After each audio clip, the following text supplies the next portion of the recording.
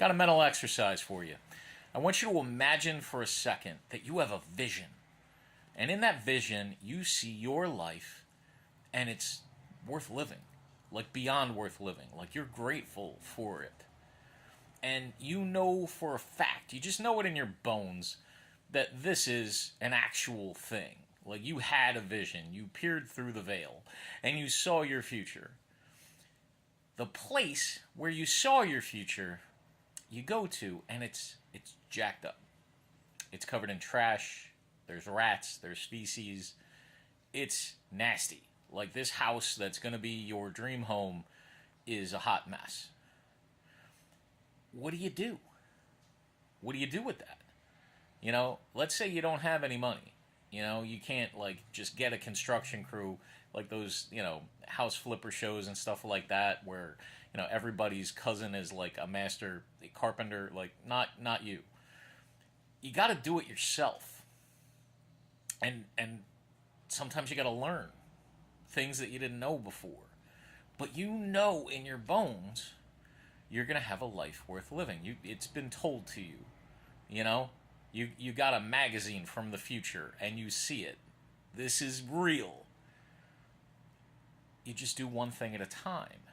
You just clear out a patch at a time. As best you can, a little bit here, a little bit there. And sometimes you're amazed at how much progress you make, and sometimes you're like, man, I'm standing still. This is crazy. That's a metaphor for your life. It's a metaphor for your life. When people enter into recovery, they talk about the wreckage of your past. You're in a house that is really banged up. There's debt attached to it. There's a lot of complications. There's a lot of stuff. And you don't know where to start. And some of the stuff you don't know how to do. That's okay.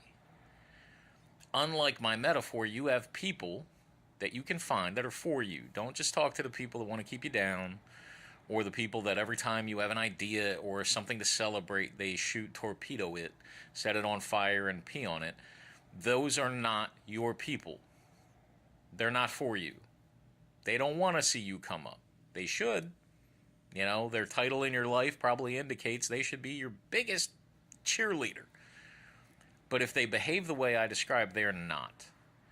You need to find people that are for you and your come up. People who have what you want, not people whose life you wouldn't want to trade. Find those people. They have to have what you want and be willing to share it freely. Be willing to share it without the fear of your come up taking away something from them. And then, a day at a time, you just clean the countertop. You just pay one bill. You just do one thing. And at first, it seems like nothing's happening. But then eventually, you got a corner of a house that's beautiful, that's worth living in. And then you have a section of a house, and then you have a house, and then you have a life in that house. It's a day at a time.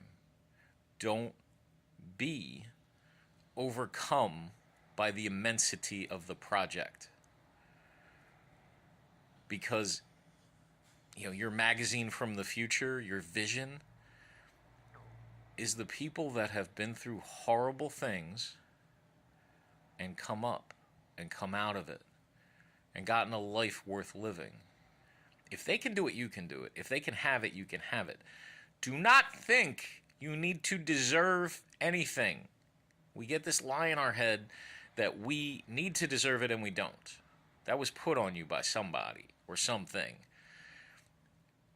Get rid of that lie. You just need to show up a day at a time. Figure out what you don't know through help. Now you have the internet too, whatever. Don't listen to everything, but, figure out what you need to know.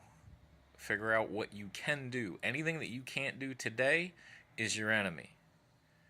Until tomorrow, if you can do it tomorrow. If you can't do it tomorrow, it's your enemy. Only focus on what you have control over and you can do in the next 12 hours.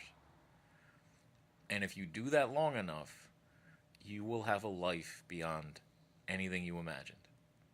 Still hard, still challenging, but beyond anything you think is possible right now. God bless y'all.